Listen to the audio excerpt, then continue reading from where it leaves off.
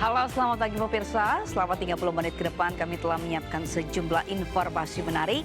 Bersama saya, Sabrina Sila, inilah Buletin Anyus Pagi selengkapnya.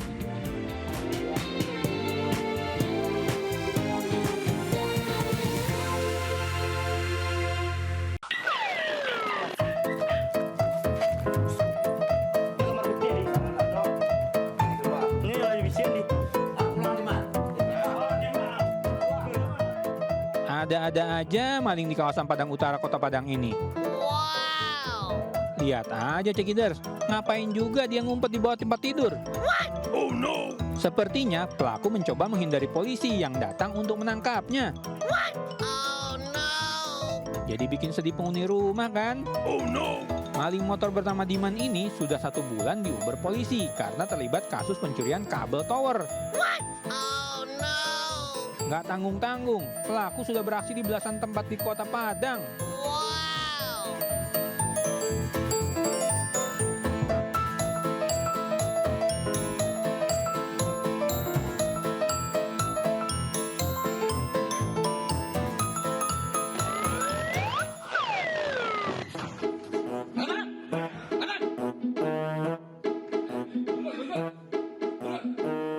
Ini lagi maling, udah tahu lagi diuber polisi, malah asik-asikan ngorok. Wow! Ya ditangkap lah.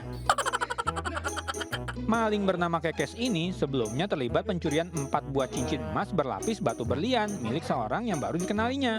Wow! Dari tangan pelaku, polisi hanya bisa mengamankan 1 buah cincin. Oh no! Sementara 3 cincin lainnya dibawa rekan pelaku yang kini masih dalam pengejaran. Oh no! Oh iya Cekiders, modus pelaku mencari kelengahan korban hingga dia bisa leluasa beraksi.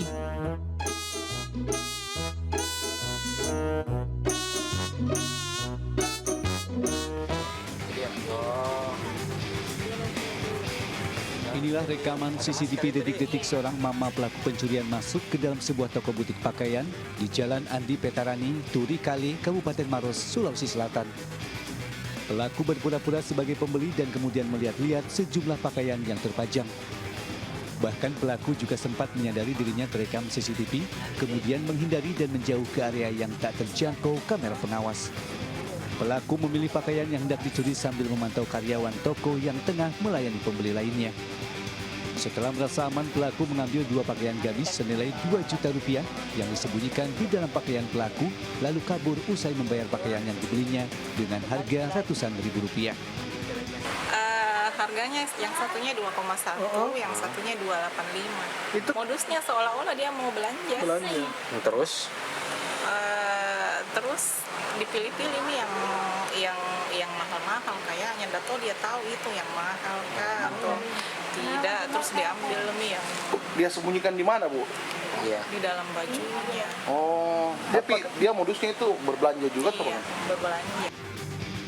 Korban telah menyebarkan video rekaman CCTV itu ke media sosial dengan harapan agar warga sekitar lebih waspada dengan modus serupa dan berharap pelaku mau mengembalikan barang curian tersebut. Dari Kabupaten Maros, Sulawesi Selatan, Wahyu Ruslan, iNews melaporkan. Pemirsa, 5 bangunan warga di Jalan Puskesmas Cengkareng Timur, Jakarta Barat ludes terbakar api pada Sabtu sore. Dalam kejadian tersebut, salah seorang pemilik rumah mengalami luka bakar. Dilaporkan terjadi kebakaran. Kobaran api membakar habis 5 bangunan yang terdiri dari rumah kontrakan, bengkel, dan warung sembako di Jalan Puskesmas Cengkareng Timur. Kebakaran yang terjadi pada sore hari jelang waktu berbuka puasa membuat warga panik dan berhamburan berupaya memadamkan api. Asal api diketahui dari lantai 2 warung sembako. Api dengan cepat merambat lantaran banyaknya material yang mudah terbakar.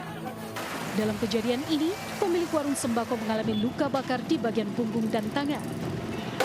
Sekitar 5 rumah yang terbakar. Ya, jadi ada 5 kakak, sekitar 20 jiwa yang kena dampak. Untuk penyebabnya dari mana, Bu? Tadi diperkirakan dari ini nih, di warung ini nih, jadi di lantai 2. Kemungkinan korsleting listrik atau bagaimana nanti tinggal kita tunggu penyelidikan dari pihak berwajib. Api dapat dipadamkan 1 jam kemudian setelah 15 unit mobil pemadam kebakaran dengan puluhan petugas diterjunkan ke lokasi. Diduga penyebab kebakaran akibat hubungan pendek arus listrik. Dari Jakarta, Miftahul Gani, iNews melaporkan. Pemirsa, kasus DBD semakin meluas hingga wilayah Kabupaten Bandung Barat, Jawa Barat. Hampir seluruh ruangan rumah sakit yang ada di wilayah Bandung Barat penuh oleh pasien DBD, baik dewasa maupun anak-anak. Kasus demam berdarah dengue DBD kini semakin mengganas hingga meluas ke wilayah Kabupaten Bandung Barat. Tak hanya rumah sakit pemerintah, beberapa rumah sakit swasta pun kini sudah penuh merawat ratusan pasien DBD dalam 3 bulan terakhir. Seperti di Rumah Sakit Cahya Kawaluyan, Padalarang, Kabupaten Bandung Barat ini. Para pasien DBD yang dirawat silih berganti, tak hanya dewasa tapi juga anak-anak. Pihak rumah sakit menyatakan ada lonjakan pasien DBD terutama periode Januari hingga Maret 2024, yaitu sekitar 200 pasien. Jumlahnya meningkat 2 kali lipat bila dibanding tahun lalu. Dari penyebarannya dari bulan Januari sampai bulan Maret ini, angka kasusnya itu lebih dari 200 untuk pasien yang anak dan dewasa, dan beragam dari kasus yang ringan sampai yang berat. Jadi tidak semua kasus berat ya, 500 itu. Berdasarkan data Dinas Kesehatan Kabupaten Bandung Barat, saat ini wabah DBD pada 2024 sudah menyentuh angka 1.040 kasus.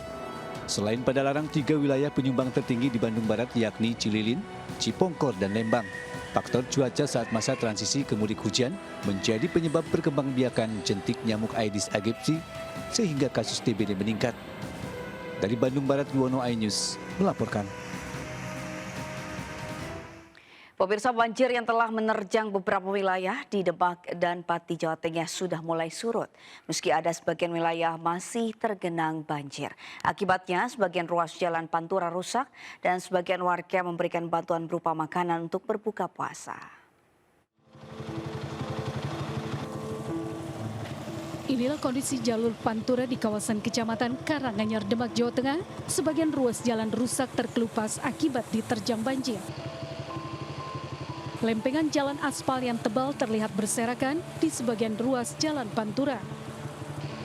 Meski banjir Karanganyar berangsur surut, namun jalan Pantura belum dapat digunakan secara maksimal. Banjir yang menerjang kawasan Kecamatan Karanganyar menyebabkan kerugian material hingga miliaran rupiah.